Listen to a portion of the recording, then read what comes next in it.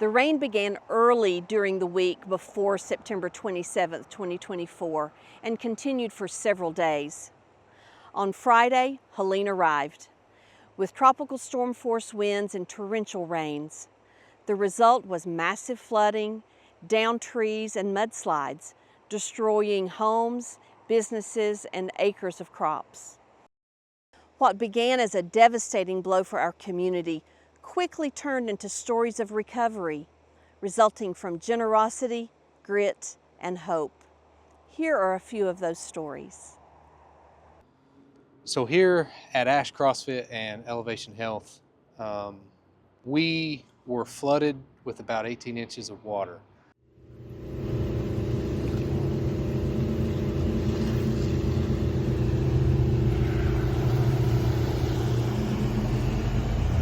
That's just...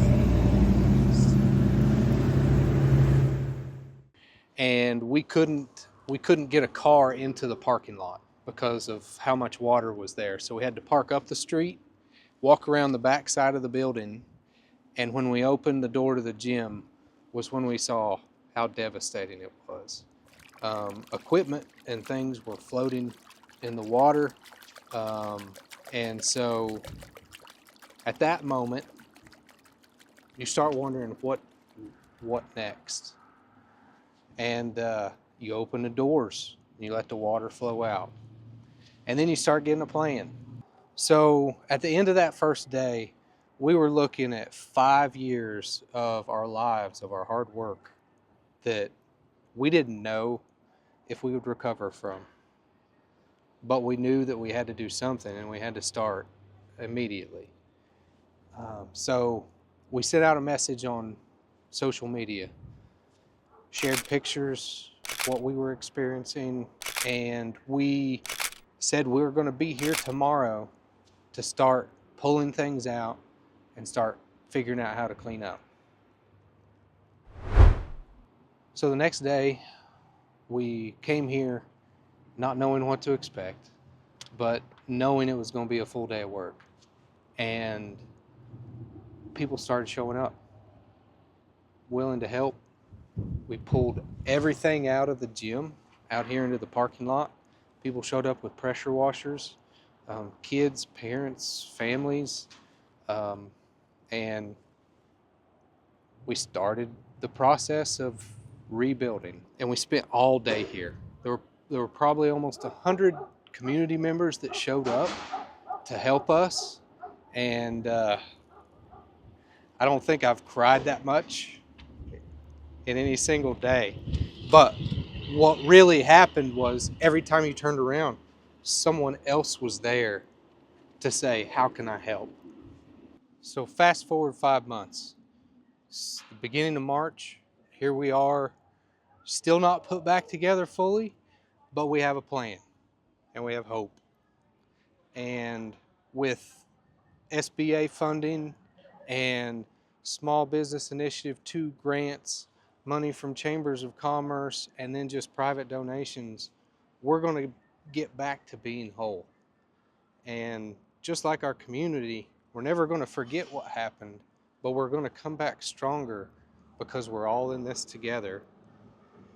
And it wouldn't have been possible without this incredible support from everybody around us, because we can't do it by ourselves. We lift each other up in all those times of trouble. I once was lost, but now I'm found. Was blind, but now I see. I immediately got up and changed clothes and got in the car, and my whole family, we all came down to the church. And when we got here, ironically, we couldn't get in the door because the power was out and our electronic entry from the side entrance, we couldn't get in. Somebody finally had a key. We were able to get in, and I walked in at the side entrance and came into this hallway right here, and there was water all in the floor. And it wasn't just here. It covered the entire first floor. Every room in the first floor had water, standing water. And there was a fire, an alarm going off. I mean, it was really overwhelming. It was traumatizing. It felt like, it just felt like one of those, it felt like a movie. I felt like I was in a movie. And I really felt helpless. All of us really just kind of felt helpless at the time.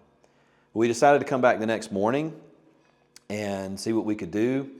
So we did. Next morning we met at the church and we brought shop vacs and we tried to get up the water, but honestly, after a few hours, there was just no way we were going to get up all the water. So we reconvened outside and decided that we were going to we were going to have to rip up all the carpet. That was going to be the best solution so that it could dry out. So once we ripped all the carpet up, we realized that the tile underneath might potentially be asbestos tile. So had all that tested, and it was determined that it was. So we had to have a group come in and remove all of that. So we've been through that process, and so it's had a huge impact on our church because we haven't been able to utilize our first floor ever since that fateful day in September. And we've had to really get creative with our other spaces at utilizing and sharing other spaces. So it's been a learning experience. But we've also, as devastating as it was, we've also seen a lot of opportunities. All these spaces are going to get remade, rebuilt. And we're going to, in many ways, be working with a blank slate, which is kind of an exciting thing for our church, that we can re-envision what these spaces look like and rebuild them in a way that we feel like are going to meet the needs of the ministries of our church for the 21st century. And so there are these turning points along the way where as much despair and helplessness as you felt at times, there's these points along the way where there was a sense of hope. 'Twas grace that taught my heart to fear, and grace my fears relieved. So when I first came down to the shop, everything looked normal from the front. And you go to the back and the warehouse was crumpled. Everything in the warehouse was thrown into the creek. But it was like seeing that destruction, it was like, okay, let's go see what else, you know? Because it had already happened, it was done. There was nothing to rescue at that moment. And then we went to go check out the rest of the town, which was basically going to the Mercantile, and you couldn't go any further past that because the river was up that high. So then it was come back and let's see what we can salvage of our own. So it was us and the preacher and her husband and locals and kids. We were getting into our boats and going into the creek floodwater and pulling out paddles, pulling out power tools, pulling out bicycles, pulling out anything we could find. There were so many highs and lows. There were so many things to be thankful for, and there were so many things to be like, oh man, I can't believe that. But all in all, our animals survived down here. None of our personal friends or family were killed in the event. I know others died, but like, you're thankful for your immediate circle, and then you're sad for, you know, your outer circle that you're hearing, you know. So it was just a range of emotions. Like, it was the best movie you could go to because you hit every single emotion you could get. And I've seen the river flood several times. It floods 2 or 3 times a summer every year, but only 3 to 6 feet, not 17 to 20 feet. Nothing really got damaged inside the building. It was just our warehouse behind where the creek had come up. And the creek came all the way up into the front yard here, probably 6 feet in front of the Pig's Purple House there. The first day we got all of our stuff out, so we're good. So we shifted everything to help others because just the calls were coming in. Please help me, you know? And I'm on the fire department, and then with Rivergirl here, we're right here in the hub of Todd. So it was like, do you know somebody that could could come help me do this? Could you find somebody to come help me do that? My road's washed out.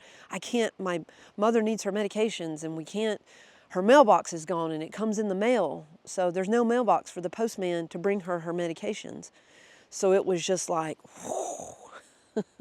So then we came on with a command central to come in and help us. And 5 or 6 of our friends came in and helped us field those phone calls, helped us put point A to point B. Because not only were folks calling for help, people were calling with resources. I have a track hoe. I have a skid steer. I have people that have donated 20 cases of water. Where can I take it? So it was just us being that middleman to put point A to point B and make it happen. Precious did that grace appear, the hour I first believed. When the hurricane hit, as soon as I made it to Lansing, I started volunteering, helping mud out the businesses. It was like a war zone. There was mud everywhere. There were windows broken. It looked like somebody had dropped a town in the middle of a big river because the water was 8 feet or better down the main streets. Most of the buildings had anywhere from 5 to 8 feet of water in them. And we were on a high point on the south end of town. It's hard to explain what it looked like when your town is just basically totally flooded. We watched as people's possessions came washing through town. We watched as inventory from businesses washed out of the businesses and out into the water. Basically, what do? You know, you can't just, you can cry and you can feel bad or you can feel angry, but tomorrow you got to do something. And I think resilience and resolve are 2 words I hear often. Now, I don't think that's something you know whether you have it or not until you have to. And I have seen tremendous resolve and resilience in this community because we have to, and we're going to. The response to the hurricane was amazing. The fire department, they were working, 15, 16 hours a day, probably more, every day since the flood happened. But not only that, a few of their workers or their firefighters were in the flood working. They were pulling propane tanks out of the water. There was one person inside the fire department as it was flooding. But they continued pushing through and bringing in resources that were needed through emergency management as well. When I saw the people come together, shoulder to shoulder, cleaning out these buildings, they didn't ask who you were, they didn't ask what your political affiliation, what your church, were you rich, poor, or somewhere in the middle. They just said, what can I do?